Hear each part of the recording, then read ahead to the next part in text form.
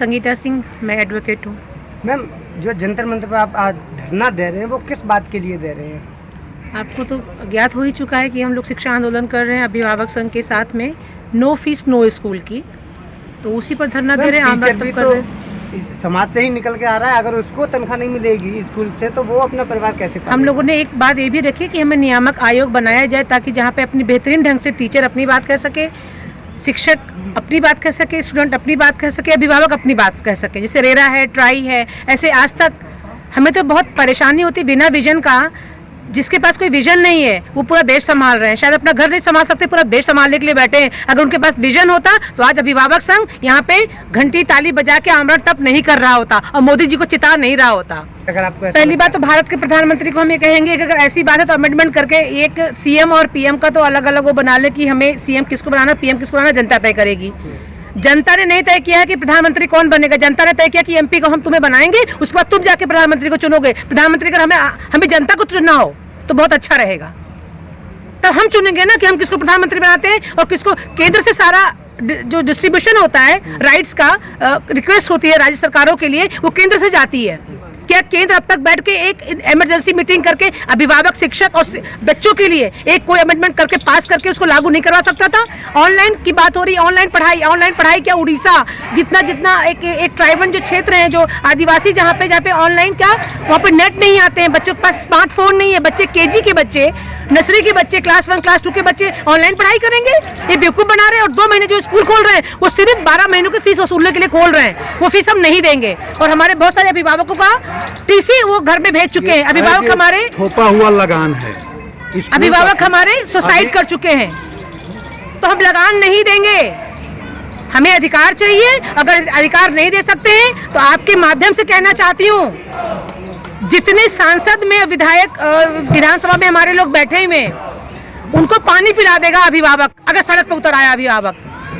जय हो अभिभावक संघ की। अभी आपने लगान की बात कही, आपने लगान की बात कही, जिस तरीके से ब्रिटिश सरकार में लगान वसूल किया जाता था, क्या ये सरकार उसी तरीके से चल रही है? तख्ती बदली है सर, मैंने पहले भी कहती आई हूँ, तख्ती बदली है, व्यवस्था नहीं बदला है। तख्ती परिवर्तन हुआ है, कभी ये ब्रिटिश सरकार थी, ईस्ट इंडिया कंपनी सरकार थी, फिर कांग्रेस सरकार आई, फिर सो सारी सरकारें आई। मैं सरकारों पर नहीं जाऊंगी, अभी अभिभावक की लड़ाई हो रही है। अगर तख्ती ना बदली होती, व्यवस्था बदला होता तो आज अभिभावक संघ ये जितने भी आंदोलन हो रहे हैं वो आंदोलन नहीं होते। हम आपको चुन रहे हैं, आपको हम टैक्स दे रहे हैं, आप हमें फैसिलिटेट करिए, हमने आपको चुन लिया। जनता हर बात के लिए अपनी आवाज क्यों उठाती, क्यों मजबूर करते हैं लोग? चोर उचक्के हमारे को डीलर्स हैं जो हमारे को डील कर रहे हैं। बस वो जो वोट का मैनेजमेंट होता है ना, वो ठेकेदारी करके वो उसका मैनेजमेंट खरीदते हैं।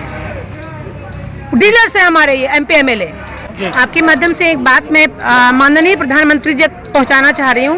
अगर माननीय सुप्रीमो की डिग्री फर्जी नहीं है, उन्होंने सचमुच में शिक्षा ग्रहण करी है, तो ये शिक्षा का, अभिभावक का आंदोलन कुचलेंगे नहीं। वो बहुत बड़े दिल से सामने आएंगे, हमारी प्रॉब्लम्स को सुनेंगे। जैसे वो पार्टियां मनाते हैं बड़े बड़े स्टार्स के साथ, ग्लैमर स्टार्स के साथ, वैसे ही आए, हमारे साथ बैठे और हमारे उसको सुने। वो प्रधानमंत्री हैं, वो राजा नहीं है, हमने उनको चुन के भेजा है, तो लिहाजा अगर उनकी डिग्री सही है, प्रधान सेवक की हमारी डिग्री सही है, तो शिक्षा आंदोलन को ना कुचलें, वो अभिभावकों की बात सुने और विद इन 7 डेज या विद इन 10 डेज वो एक ऐसा आयोग तैयार करें जहां से शिक्षक, अभिभावक और जुड़े हुए सारे लोग अपनी बात कह सके और अपना अधिकारों की लड़ाई लड़ सके। शिक्षा के नाम पर जी, लेकिन क्या वो पर्याप्त है इतनी बड़ी आबादी के लिए? और सबसे बड़ी बात, इसमें शुचिता लाने की कितनी ज़रूरत है कि वो जो है वो काम में आ जाए और एक स्वेटर जैसे खरीदा गया वो 50 रुपये का स्वेटर 200 रुपये का ना बिके, जो आपने डीलर वाली बात कही, तो उसके लिए कुछ 2 चीज़ें होती हैं, एक कानून बनाना और एक एग्जीक्यूट करना।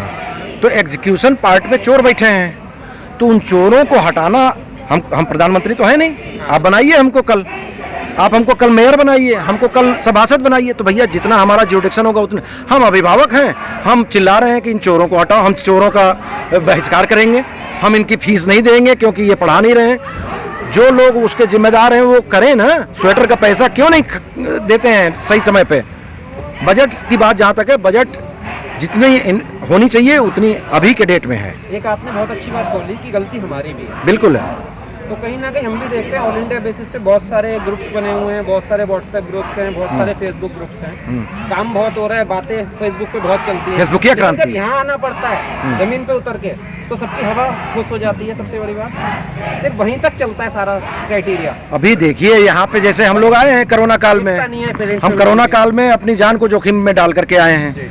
फेसबुकिया क्रांतिकारी इस देश में है, इसीलिए इस देश का हश्र ये है, ठीक है ना। इसीलिए हमने कल कहा था कि उठो वरना उठ जाओगे, हाँ, बिल्कुल ठीक सही, है। बिल्कुल सही। ये लीडर जो डीलर बन गए हैं ना, ये उठा देंगे। लेकिन हमारे देश में समस्या ये है कि भगत सिंह तो पैदा हो पर मेरे घर में नहीं, पड़ोस में भी नहीं, 5 घर छोड़ करके, क्योंकि लाश उठेगी तो हम न डिस्टर्ब हो और बगल वाला भी ना हो। अच्छा, आपका लास्ट चीज एक और। मेरा नाम हेमंत पटेल है, मैं मध्य प्रदेश जबलपुर से हूँ। यहाँ पर गवर्नमेंट ऑफ इंडिया ने और प्रदेश सरकार ने बहुत ही स्मार्टली प्ले किया हुआ है। स्कूल और अभिभावक को लड़ा दिया है और बाहर बैठकर ताली बजा रहे हैं। ये बहुत ही गलत चीज़ है जो उन्होंने लेकर आए हैं। यहाँ पर लड़ना था स्कूल और अभिभावक को मिलकर सरकार से, क्योंकि प्रॉब्लम में जो है वो स्कूल भी है और अभिभावक भी है। आज अगर स्कूल और अभिभावक साथ में लड़ता तो सरकारों की जमीन खिसक जाती, लेकिन उन्होंने यहाँ स्मार्ट प्ले किया। उन्होंने जाकर स्कूल को और अभिभावकों को लड़ा दिया और बाहर बैठकर देख रहे हैं। मैं मध्य प्रदेश के उस शहर से हूं जहां पर हाई कोर्ट भी विराजमान है। हमारे माननीय हाई कोर्ट ने 6 अक्टूबर को जजमेंट देने के लिए कहा है। 6 अक्टूबर से आज तक वो जजमेंट आया नहीं है, उन्होंने रिजर्व कर लिया। इससे परेशानी ये हो रही है कि हाई कोर्ट की प्रोसीडिंग को आधार बनाकर मध्य प्रदेश के समस्त स्कूलों में लोगों को ऑनलाइन क्लास से रिमूव किया गया है। मध्य प्रदेश में हाईएस्ट PIL लगी हुई है। इसमें हमारी सहयोगी संस्था वॉक इन क्लीन ने एक पिटीशन लगाई हुई है, जिसमें मध्य प्रदेश में पहली बार पूरे हिंदुस्तान में एक पिटीशन दायर करी है हाई कोर्ट में, जिसमें ये कहा गया है कि ऑनलाइन शिक्षा का कोई वास्तविकता नहीं है। मैं आप सब पत्रकार बंधुओं से ये कहना चाहूँगा, ऑनलाइन शिक्षा को समाज में कोई भी मान्यता प्राप्त नहीं है। 1965 अधिनियम के तहत जो मान्यता का अधिनियम है, आप सब लोग चाहें तो उसकी मेरे पास कॉपी अवेलेबल है, मैं आपको अवेलेबल करा सकता हूँ। CBSE बोर्ड या कोई भी बोर्ड जिसको मान्यता मिलती है पढ़ाने की, वो कैंपस में बिठालकर पढ़ाने की मिलती है। इस संबंध में आज तक माननीय नरेंद्र मोदी जी या किसी भी राज्य सरकार ने कोई नोटिफिकेशन नहीं निकाला, कोई भी ऐसा अध्यादेश नहीं निकाला और ना ही लोकसभा या राज्यसभा में इस तरह का कोई कानून पास किया गया है जिससे ये ऑनलाइन शिक्षा की वैधानिकता प्रूव होती है। तो इस अवैध कृत्य का हम पैसा क्यों दें, और अगर हमें देना है तो बिल्कुल सही बात है। इसमें मैं आपको दूसरी बात भी रखना चाहता हूं कि हमारे मध्य प्रदेश या हमारे भारत सरकार ने ऑनलाइन शिक्षा का रेट तय करके रखा हुआ है। किसी भी ऑनलाइन लर्निंग सिस्टम को, जिसे हम डिस्टेंस लर्निंग भी कहते हैं, मेरे पास राजपत्र उसके अवेलेबल हैं, वो 1/4 ही हो सकता है मैक्सिमम शिक्षा में। तो जब ऑनलाइन का पहले से ही पैसा तय है तो आप हमको बस में बिठालकर एरोप्लेन के एग्जीक्यूटिव क्लास का पैसा क्यों ले रहे हैं? मैं आप लोगों से यही बात रखकर खत्म कर रहा हूं। जी बताइए प्लीज। ऐसा होता है कि जी। भारत देश के अंदर लगभग 70-80% आबादी जो है अशिक्षित है और ना ही उनके पास कोई स्मार्टफोन है, ना कुछ और साधन। जी। तो ऑनलाइन शिक्षा की अगर हम बात करते हैं तो उनको शिक्षा आगे प्राप्त कैसे होगी, और शिक्षा अगर नहीं मिल रही है तो इसका स्तर कहाँ जाएगा? मैंने आपसे पहले ही ये कहा कि ऑनलाइन शिक्षा अवैध है। जब हमारा देश का कोई संविधान बनाती है संसद, तो वो उस जगह पर मौजूद सारे लोगों का ख्याल रखती है कि कोई इससे वंचित ना रह जाए।